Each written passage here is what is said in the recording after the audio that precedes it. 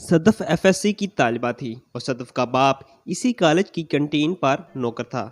وہ کالج کے طالب علموں کو چائے اور سموسے پیش کرتا تھا۔ صدف نے اپنے باپ کو سختی سے منع کیا تھا کہ کسی کو بھی اس بات کا پتہ نہیں چلنا چاہیے کہ میں آپ کی بیٹی ہوں، ورنہ میں یہ کالج چھوڑ دوں گی۔ صدف جب اپنے کلاس فیلوز کے ساتھ کالج کی کنٹین پر جاتی تو اس کا باپ ان کو چائے اور سموسے پیش کرتا، جبکہ اس کی نظریں جھکی ہوئی ہوتی تھیں۔ صدف نے کالج میں پہلی پوزیشن حاصل کی تو تمام طالبہ کے والدین کو بھی اس کی تقریب میں دعوت دی گئی تاکہ خوشی کے اس موقع پر وہ بھی اپنے بچوں کے ساتھ شامل ہو سکیں۔ یہ سن کر صدف کافی پریشان ہوئی۔ وہ کسی صورت نہیں چاہتی تھی کہ کالج کے ٹیچرز اور اس کے کلاس فیلوز کو پتہ چلے کہ اس کا باپ تو کالج کا ایک معمولی سا نوکر ہے جو پھٹے پرانے کپڑے پہن کر کالج کی تقسیم انعامات کی تقریب میں شامل ہو۔ اس لیے صدف نے اپنے باپ کو منع کیا کہ کل کالج آپ مت آئیے گا کیونکہ مجھے بہت شرمندگی ہوگی۔ بیماری یا شہر سے باہر جانے کا کوئی بہانہ کر لیجیے گا تو بہتر ہوگا۔ باپ نے اپنی بیٹی سے وعدہ کیا کہ بیٹی پریشان ہونے کی ضرورت نہیں ہے، تمہارا باپ کبھی بھی تمہیں شرمندہ نہیں ہونے دے گا۔ تقریب والے دن جب صدف کو سٹیج پر بلایا گیا، وہ بڑے فخریہ انداز میں سٹیج پر آ رہی تھی، لیکن اس کی آنکھیں پھٹی کی پھٹی رہ گئیں جب اس نے دیکھا کہ کالج کی اس تقریب کا مہمان خصوصی تو عبداللطیف ایک پرائیویٹ ہسپتال میں صفائی کا کام کرتا تھا۔ مختلف وارڈز میں وہ صفائی کے دوران جب مریضوں کو دیکھتا تو اس کے دل سے ایک ہی دعا نکلتی کہ اے میرے پروردگار، ان کو جلد صحت یاب فرما۔ اپنی سروس کے دوران اس نے کئی ایسے مریض دیکھے تھے جو صحت یاب ہو کر واپس گھر کو لوٹ جاتے، کچھ ایسے بھی تھے جن کی اموات ہسپتال میں ہی ہو جاتی۔ ان تمام واقعات میں ایک ایسا واقعہ بھی ہوا جسے عبداللطیف کسی صورت فراموش نہ کر پایا۔ ایک عورت کو ہسپتال میں لایا گیا جس کی ڈلیوری بہت قریب تھی۔ وہ درد سے چلا رہی تھی جبکہ اس کا شوہر اسے تسلی دے رہا تھا۔ عورت کی حالت بہت خراب تھی۔ اسے فوراً ایمرجنسی وارڈ میں لایا گیا جہاں پر ایک لیڈی ڈاکٹر نے اس کے شوہر کو بتایا کہ آپ کی بیوی کا بڑا آپریشن ہوگا کیونکہ الٹرا ساؤنڈ سے پتہ چلا ہے کہ بچہ پیٹ میں الٹا ہے اور اس کی نارمل ڈلیوری اتنی آسان نہیں۔ عورت کا آپریشن جاری تھا جبکہ اس کا شوہر باہر دعائیں مانگ رہا تھا۔ عبداللطیف نے اس شخص کے پاس گیا اور اسے تسلی دی اور اسے کہا کہ پریشان ہونے کی ضرورت نہیں، اللہ سب بہتر کرے گا۔ مشکل کی اس گھڑی میں ایک چھوٹی سی تسلی بھی بہت بڑی نعمت ہے، لہٰذا اس شخص نے عبداللطیف کا شکریہ ادا کیا۔ تھوڑی دیر بعد لیڈی ڈاکٹر آپریشن تھیٹر سے باہر آئی اور اس شخص کو مبارکباد پیش کی کہ اللہ نے آپ کو ایک بیٹی عطا کی ہے اور آپ کی بیوی خطرے سے باہر ہے۔ یہ خبر سن کر وہ آدمی اللہ کا شکر ادا کرنے لگا اور اب اس کے چہرے پر ایک اطمینان تھا۔ اس شخص کی بیوی کچھ عرصہ ہسپتال میں ہی رہی جبکہ بچی کو ایک شیشے کے باکس میں رکھا گیا کیونکہ اسے سانس کا مسئلہ تھا۔ عبداللطیف وارڈ کی صفائی کے دوران اس بچی کو غور سے دیکھتا اور اس کی صحت کے لیے دعا کرتا۔ 3 سے 4 دن بعد بچی کو وہاں سے ڈسچارج کیا گیا اور اپنی ماں کے پاس لایا گیا۔ بچی اب کافی حد تک نارمل ہو چکی تھی اور اپنی ماں کا دودھ پینے کے قابل تھی۔ تقریباً 1 ہفتے بعد اس عورت کو ہسپتال سے ڈسچارج کر دیا گیا۔ اس وقت عبداللطیف باہر صحن کی صفائی کر رہا تھا جب اس نے دیکھا کہ عورت کو اس کے شوہر نے سہارا دے رکھا تھا اور پھر دونوں ایک گاڑی میں سوار ہوئے، مگر حیرت کی بات تو یہ تھی کہ ان کے ساتھ بچی نہیں تھی۔ عبداللطیف کافی حیران ہوا کہ وہ دونوں بچی کو ساتھ لے کر کیوں نہیں جا رہے۔ عبداللطیف کو اس بچی سے کافی الفت ہو چکی تھی اور وہ روزانہ 2 سے 3 بار بچی کو ضرور دیکھتا۔ وہ وارڈ کے اندر داخل ہوا تو اس نے دیکھا کہ ایک نرس اس بچی کو اٹھا کر باہر جا رہی ہے اور عبداللطیف نے یہی سمجھا کہ بچی کی ماں اور اس کا والد باہر گاڑی میں اپنی بچی کا انتظار کر رہے ہیں اور یہ نرس انہیں کے پاس جا رہی ہے، لیکن حیرت کی بات تو یہ تھی کہ ایسا بالکل نہ تھا۔ میاں بیوی دونوں گاڑی میں سوار ہو کر ہسپتال سے جا چکے تھے جبکہ نرس تیز تیز قدموں کے ساتھ بچی کو لے کر وہاں سے روانہ ہوئی۔ پھر وہ اسپتال کے گیٹ پر آئی تو عبداللطیف بھی چپکے سے اس کے پیچھے چلنے لگا۔ گیٹ کے سامنے ایک گاڑی رکی، نرس اسی گاڑی میں سوار ہوئی اور پھر وہ گاڑی تیزی سے وہاں سے روانہ ہو گئی۔ یہ بات عبداللطیف کو ہضم نہ ہو سکی۔ اس نے اپنی بائک سٹارٹ کی اور اس گاڑی کا پیچھا کرنا شروع کیا۔ وہ گاڑی کا پیچھا کر رہا تھا اور یہی سوچ رہا تھا کہ ایسا کیسے ممکن ہے کہ ایک ماں اپنی 7 دن کی بچی کو چھوڑ کر اکیلی گھر چلی جائے، اور یہ نرس بچی کو لے کر آخر جا کہاں رہی ہے۔ گاڑی بہت تیز رفتار تھی، لہٰذا عبداللطیف کو بھی اپنی بائک کی سپیڈ کافی تیز کرنا پڑی۔ شاید ڈرائیور نے شیشے سے دیکھ لیا تھا کہ گاڑی کا کوئی پیچھا کر رہا ہے، اس لیے اس نے گاڑی کی سپیڈ پہلے سے بھی زیادہ کر دی۔ ٹریفک سگنل پر گاڑی رکی تو عبداللطیف بالکل گاڑی کے قریب آ گیا۔ اس نے اندر جھانک کر دیکھا تو ڈرائیور پسینے سے شرابور تھا اور نرس بھی کافی گھبرائی ہوئی تھی۔ عبداللطیف کی چھٹی حس نے کام کیا اور اسے سوچنے پر مجبور کیا کہ کچھ نہ کچھ گڑبڑ ضرور ہے۔ یہ بچی کو اس کے والدین کے پاس تو ہرگز نہیں لے کے جا رہے۔ گاڑی ٹریفک سگنل سے آگے بڑھی تو عبداللطیف بھی گاڑی کے ساتھ ساتھ آگے بڑھا اور پھر اسی گاڑی کے سامنے آ گیا۔ ڈرائیور نے موقع کا فائدہ اٹھایا اور گاڑی چھوڑ کر وہاں سے بھاگ گیا۔ اب اگر عبداللطیف اس ڈرائیور کا پیچھا کرتا تو وہ نرس وہاں سے غائب ہو سکتی تھی، لہٰذا عبداللطیف نے اس ڈرائیور کا ہرگز پیچھا نہ کیا اور اپنی نظریں اس نرس پر ہی مرکوز کر رکھی۔ وہ نرس کے قریب آیا اور اس سے پوچھا کہ یہ بچی کو کہاں لے کر جا رہی ہو، سچ سچ بتاؤ ورنہ مجھ سے برا کوئی نہیں ہوگا۔ نرس رونے لگی اور کہا کہ میری کوئی غلطی نہیں، میں نے کچھ نہیں کیا۔ وہ ایسے باتیں کر رہی تھی جیسے کوئی چوری کر رہی ہو یا پھر بہت بڑا جرم کرنے جا رہی ہو۔ عبداللطیف نے حالات کو بانپتے ہوئے اس نرس کو سائڈ پر کیا اور کہا کہ مجھے ساری حقیقت بتاؤ ورنہ ابھی پولیس کو بلاؤں گا۔ نرس نے رو کر کہا کہ خدا را ایسا مت کیجیے، میں آپ کو سب بتاتی ہوں۔ میں خود سے کچھ نہیں کر رہی، بلکہ میں تو ایک گروپ کا حصہ ہوں اور مجھے اس کام کے لیے مجبور کیا گیا ہے۔ میں اس بچی کو رانی بائی کے پاس لے کر جا رہی ہوں۔ عبداللطیف نے نرس سے پوچھا کہ یہ رانی بائی کون ہے، جس پر نرس نے بتایا کہ وہ نومولود بچیوں کو خریدتی ہے اور ان کو پال پوس کر بڑا کرتی ہے، پھر اس کی مرضی ہے وہ بچیوں سے کوئی بھی کام لے۔ کچھ بچیوں تو وہ آگے فروخت کر دیتی ہیں جبکہ کچھ کو وہ اپنے پاس رکھ لیتی ہیں۔ وہ ایک طوائف ہے جس کے ہاتھ بہت لمبے ہیں اور اس نے بڑے بڑے لوگوں سے تعلقات بنا رکھے ہیں۔ عبداللطیف یہ سن کر بہت حیران ہوا اور اس نے نرس سے کہا کہ کیا ان بچیوں کے والدین کو اس بات کا پتہ ہے کہ ان کی بچیاں کہاں پہنچائی جاتی ہیں، اور وہ سب جان کر بھی اپنی معصوم بچیوں کو ہسپتال چھوڑ کر کیوں چلے جاتے ہیں؟ نرس نے عبداللطیف کو بتایا کہ وہ بالکل اس بات سے ناواقف ہیں کہ ان بچیوں کو کہاں پہنچایا جاتا ہے۔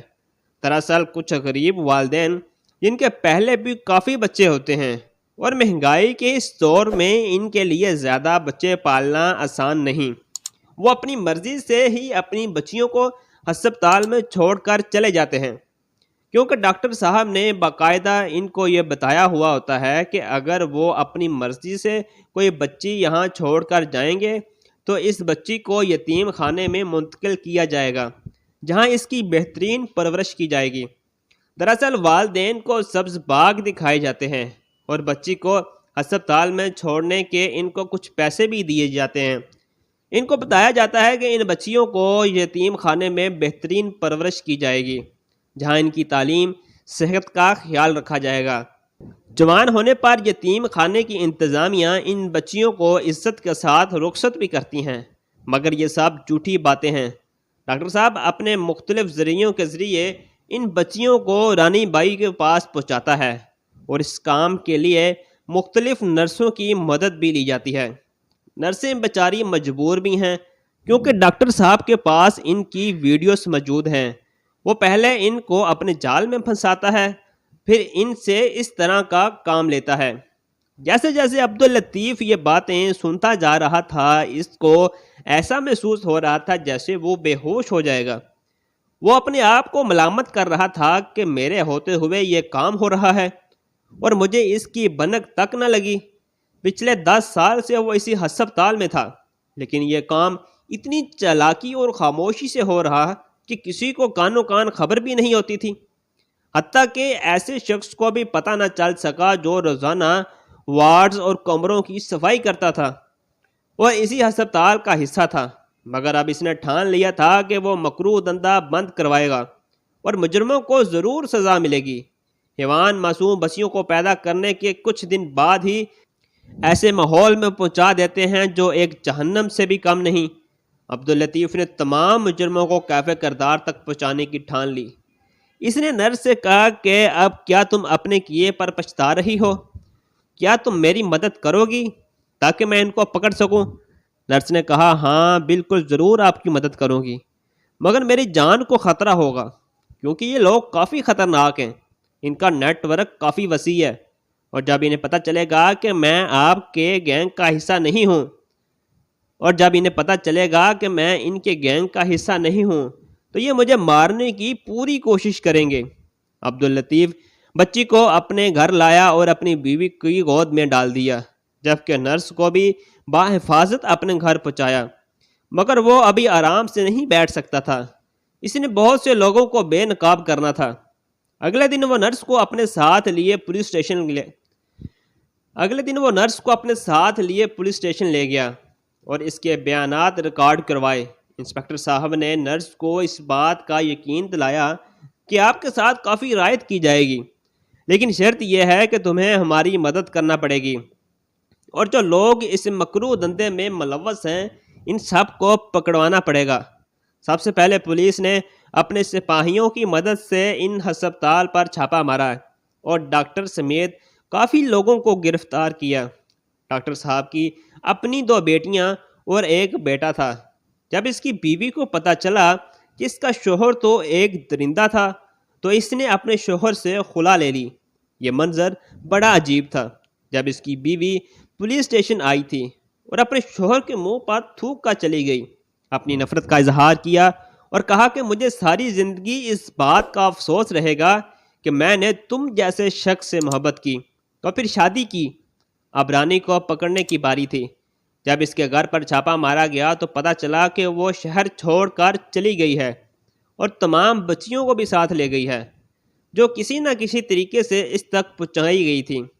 رانی کا نمبر ٹریس کرنے کی کوشش کی لیکن اس کا نمبر بند جا رہا تھا اور اس نے اپنے پیچھے کوئی نشان نہیں چھوڑا تھا کہ وہ آخر گئی کہاں ہے۔ نرس کے پاس رانی کی ایک ملازمہ کا نمبر تھا۔ جب نرس نے اس کے نمبر پر رابطہ کیا تو اس کا نمبر آن تھا۔ پولیس نے اس کی ملازمہ سے رابطہ کیا اور کہا کہ اگر تم ہمارے ساتھ تعاون کرو گی تو ہم بھی اس بات کا وعدہ کرتے ہیں کہ کوئی شخص تجھے کوئی نقصان نہیں پہنچا سکے گا اور گورنمنٹ کی طرف سے تمہیں انعامات بھی دیے جائیں گے۔ ملازمہ نے کہا کہ میں انعامات کی لالچ میں ایسا کچھ نہیں کرنا چاہتی، بس گناہوں کی اس دلدل سے نکلنا چاہتی ہوں۔ ملازمہ کی مدد سے رانی کا ٹھکانہ معلوم ہو چکا تھا اور رانی کے ساتھ ساتھ ان لوگوں کو بھی گرفتار کیا گیا جو ہمارے علاقے میں بظاہر تو بڑے معزز بن کر پھرتے تھے، لوگوں کی خدمت کرنے کا جذبہ رکھتے ہیں، لیکن اندر سے وہ شیطان تھے۔ بہت سے لوگ عبداللطیف کی وجہ سے بے نقاب ہو چکے تھے اور سب سے بڑھ کر وہ لاوارث بچیاں جو رانی کے ڈیرے سے برآمد ہوئی تھیں، عبداللطیف کی وجہ سے وہ بچیاں گناہوں کی اس دنیا سے محفوظ رہیں۔ ان معصوم بچیوں کو آنے والے دنوں کے لیے تیار کیا جا رہا تھا۔ ایسے بدبخت لوگ جو اپنی بیویوں کے ہوتے ہوئے بھی نوجوان لڑکیوں کے عادی تھے۔ جب پیٹ میں حرام کا لقمہ ہو تو اس طرح کے حرام افعال کا انسان عادی ہو جاتا ہے۔ یہی معاملہ ان لوگوں کے ساتھ پیش آیا تھا جو شراب کے نشے میں نوجوان لڑکیوں کا رقص دیکھتے تھے۔ پہلے ان کو نظروں سے نوچتے، پھر ان کے جسموں کے ساتھ کھیلتے تھے۔ عبداللطیف کو حکومت کی طرف سے بڑے انعام و کرام سے نوازا گیا، مگر عبداللطیف ایک اعلیٰ ظرف انسان تھا۔ اس نے اس نرس کو فراموش نہ کیا جس کی مدد کے بغیر وہ ایسا نہیں کر سکتا تھا۔ بہت سے لوگ بے نقاب کیے اور پھر ان معصوم بچیوں کو یتیم خانے منتقل کیا گیا۔ اس کے بعد عبداللطیف اس جوڑے کے پاس گیا تھا جو اپنی معصوم بچی کو چھوڑ کر چلے گئے تھے۔ عبداللطیف نے روک کر کہا تھا کہ تم لوگوں نے ایسا کیوں کیا؟ ایک بچی کو جہنم کی آگ میں جلا کر کیوں چلے گئے؟ وہ دونوں رو رہے تھے اور کہہ رہے تھے کہ ہم نے غربت کے ہاتھوں مجبور ہو کر یہ سب کیا تھا، لیکن ہمیں بتایا گیا تھا کہ آپ کی بیٹی محفوظ ہاتھوں میں ہے اور ان کو یتیم خانے منتقل کیا جائے گا۔ ہمیں نہیں معلوم تھا کہ وہ ظالم انسان ہماری بیٹی کو ایک طوائف کے ہاتھوں بیچ دے گا۔ عبداللطیف نے وہ معصوم بچی ان کے حوالے کی اور بہتے ہوئے آنسوؤں سے کہا کہ اس کا خیال رکھنا، یہ کلی کہیں مرجھا نہ جائے۔ وہ اپنے آنسوؤں کو چھپانے کی کوشش کر رہا تھا، جبکہ وہ دونوں عبداللطیف کے دل کا حال معلوم کر چکے تھے۔ بچے کی ماں نے عبداللطیف کو آواز دی اور کہا کہ بھائی، میں ایک ماں ہوں اور اس بات کو سمجھتی ہوں کہ آپ کا دل اس بچی کے لیے تڑپ رہا ہے۔ میں ایک ماں ہونے کے ناطے اپنے بھائی کو یہ بچی دے رہی ہوں، اس کا خیال رکھنا، آج سے آپ ہی اس کے وارث ہیں۔ عبداللطیف نے اس بچی کو سینے سے لگایا اور اپنے گھر لے آیا۔ عبداللطیف نے اس بچی کا نام صدف رکھا۔ اس کی اپنی کوئی اولاد نہیں تھی، لہٰذا اس نے بچی کو بڑے نازوں سے پالا، خود محنت مزدوری کر کے صدف کو ہر آسائش فراہم کی۔ صدف سے عبداللطیف کی محبت کا یہ عالم تھا کہ آدھی رات کو ایک بار صدف کو ہلکا سا بخار ہو گیا تھا۔ ساری رات وہ سو نہ سکا، بار بار صدف کا بخار چیک کرتا اور ساری رات مسلح بچھا کر اپنی بچی کی صحت کے لیے دعا کرتا رہا۔ صدف ابھی چھوٹی بچی تھی اور اس بات سے ناواقف تھی کہ اس کا باپ اسے کتنی محبت کرتا ہے، مگر وہ جیسے جیسے بڑی ہوئی اور اپنے آپ کو خوش نصیب سمجھتی تھی کہ اس کا اتنا اچھا باپ ہے جو اسے اتنی محبت کرتا ہے۔ عبداللطیف نے ہسپتال کی وہ جاب چھوڑ دی تھی کیونکہ ہسپتال مکمل طور پر بند ہو چکا تھا۔ سارا عملہ وہاں سے فارغ کیا گیا اور عبداللطیف اب وہاں جاب نہیں کرنا چاہتا تھا، لہذا اس نے کالج میں ایک کنٹین پر جاب کرنا شروع کی۔ صدف ایک ذہین بچی تھی جو شروع سے ہی ہر کلاس میں ٹاپ کر رہی تھی، مگر میٹرک کے بعد وہ جیسے ہی کالج میں پہنچی تو اسے پتہ چلا کہ اس کا باپ تو اسی کالج کی کنٹین میں ایک ورکر ہے جو کالج کے بچوں اور بچیوں کو چائے اور سموسے پیش کرتا ہے۔ یہ کالج بہت بڑا تھا اور مہنگا بھی تھا، مگر چونکہ میٹرک میں صدف نے اعلیٰ نمبر لیے تھے اور پورے بورڈ میں پہلی پوزیشن حاصل کی تھی، اس لیے اس کالج میں اس کا فری میں ایڈمیشن ہوا تھا اور ماہانہ وظیفہ بھی ملتا تھا۔ یہاں امیر و قریب گھرانوں کی لڑکیاں اور لڑکے تعلیم حاصل کر رہے تھے۔ وہ بڑی بڑی گاڑیوں میں ادھر آتے تھے اور صدف ان کو دیکھ کر کافی متاثر ہوئی اور اس کے دل میں بھی اس خواہش نے جنم لیا کہ کاش وہ بھی بڑی سی گاڑی پر آتی، مگر اب اپنے باپ کی وجہ سے وہ بہت پریشان تھی۔ جب اس نے اپنے باپ کو پھٹے پرانے کپڑوں میں دیکھا کہ وہ کالج کی لڑکیوں اور لڑکوں کو چائے اور سموسے پیش کر رہا ہے تو اسے بہت شرمندگی محسوس ہو رہی تھی۔ کالج کے پہلے دن ہی اس نے اپنے باپ سے گھر جا کر کہا کہ بابا، آپ کالج کی یہ نوکری چھوڑ دیں، کالج میں کوئی شخص بھی نہیں جانتا کہ میں آپ کی بیٹی ہوں، اور اگر کسی کو اس بات کا پتہ چل گیا تو میں شرم سے پانی پانی ہو جاؤں گی اور کالج میں پڑھنا میرے لیے ممکن نہیں رہے گا، لہٰذا میں آپ کی منت کرتی ہوں کہ آپ کالج کی یہ جاب چھوڑ دیں اور کسی کو مت بتائیے گا کہ میں آپ کی بیٹی ہوں۔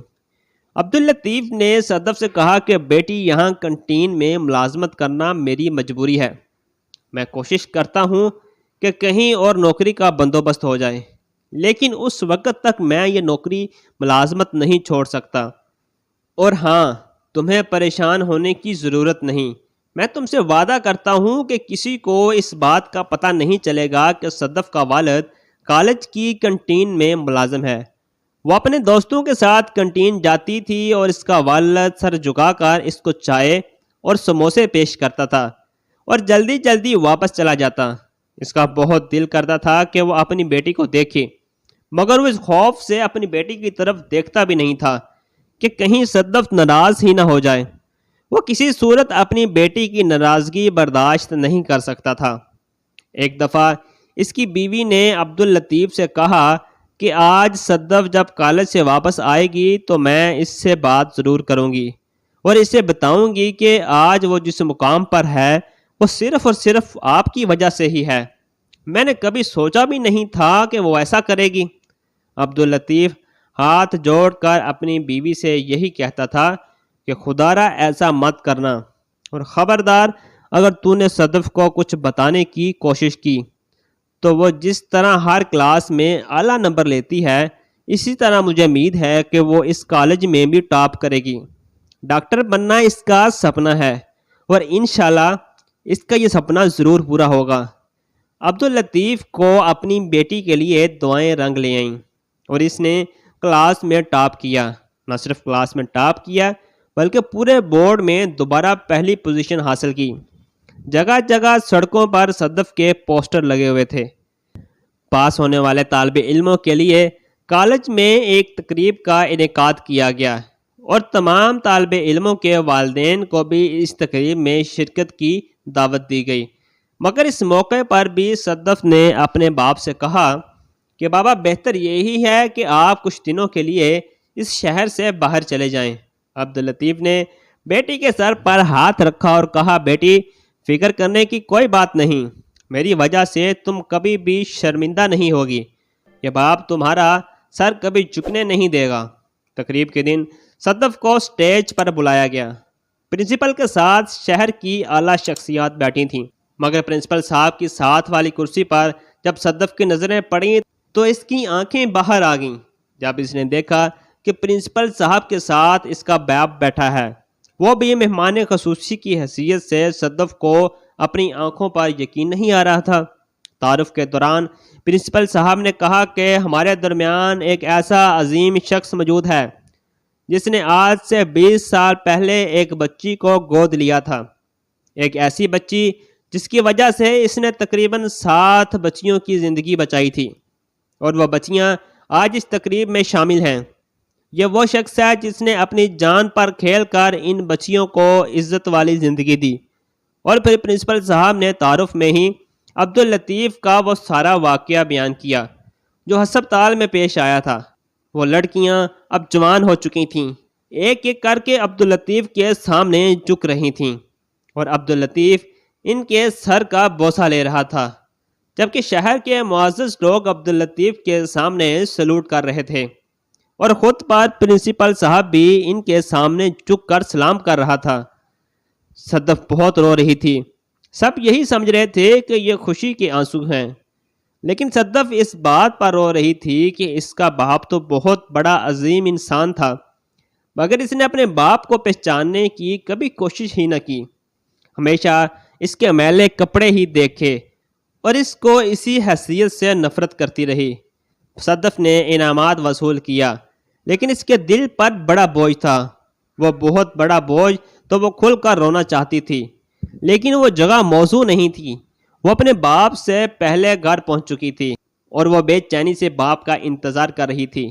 جیسے ہی عبداللطیف گھر میں داخل ہوا تو اس کے پیروں میں گر گئی اور دھاڑے مار کر رونے لگی۔ بابا مجھے معاف کر دیں۔ باپ نے اپنی بیٹی کو گلے سے لگایا اور کہا کہ تم میرا فخر ہو، اب رونا بند کرو ورنہ میں بھی رونا شروع کر دوں گا۔ صدف کو زندگی کا سب سے بڑا سبق ملا تھا کہ انسان کو اس کے ظاہری حلیے سے جانچنے کی کوشش نہ کرو، کسی کو بھی اپنے سے کمتر نہ سمجھو۔ ہو سکتا ہے جس کو تم کمتر سمجھ رہے ہو وہ اللہ تعالیٰ کے نزدیک تم سے بہتر ہو۔ دوستوں مزید اس طرح کی ویڈیوز کے لیے ہمارے چینل کو سبسکرائب لازمی کیجیے گا۔